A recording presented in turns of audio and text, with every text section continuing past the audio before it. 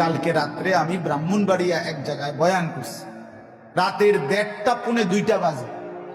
মাহফিল শেষ করে খানা দানা খাইয়া যখন আবার রওনা দিছি, খুব খারাপ রাস্তা, একেবারে ভাঙ্গা চঙ্গা রাস্তা।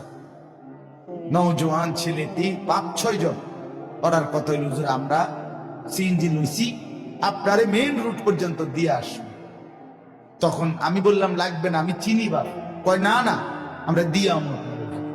তা আমার কাছে তখন আমার সাথে যিনি ছিল, আমি তারে বললাম, দেখেন এটা নওজোয়ানের দ্বারাই সম্ভব।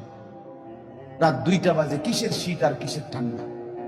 সে মনে করে আমার এই শরীর স্বাস্থ্য, আমার এই জওয়ানি তার দ্বারাই সম্ভব। কিন্তু মুরব্বী চাচা কি পারলো এটা?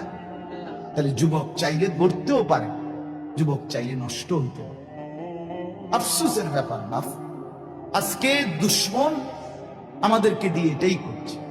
মুসলমানের ছেলেগুলোকে এই চুল সাজানো লইয়া লাগাই দিচ্ছে।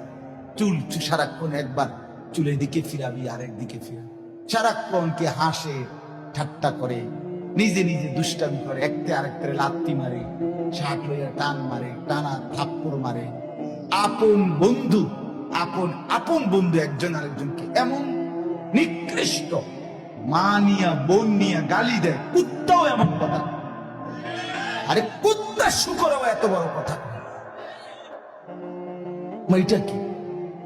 হাসতে হাসতে তামাশা, হাসতে হাসতে খামখেয়া।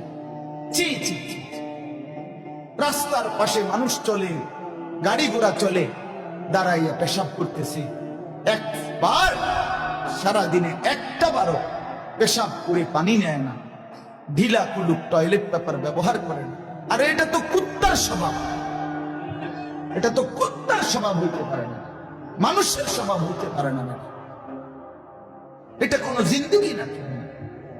আমরা এভাবে ব্যর্থ হলাম কেন? আমাদের মুসলিম যুব সমাজ এভাবে হেরে যাবে কেন? আমাদের কিসের অভাব ছিল বলে? আমাদের আল্লাহ আছে, আমাদের রসুল আছে, আমাদের আখিরাত আছে, আমাদের একটা সুস্পষ্ট কোরআন আছে, আমাদের রসুল আছে, তার 23 বছরের জিন্দেগি আছে। কিসের অভাবে আমরা এভাবে হাল ছেড়ে দিলাম? হাল ছেড়ে দিলাম কেন বলো? ছেলেরা বাপ, এই জন্য অনুরোধ, নষ্ট না হয়, নষ্ট রাগ হইও না। আপন করে বলার কেউ নাই, সবাই তুম করে ছেড়ে দিছে। বাপেও বলে না, মাও বলে না, এই সমাজের মানুষগুলোও বলে না, মনে করে ফুলাইন যে যা মনে করছে। আহারে এটা কোনো কথা না রে বাবা।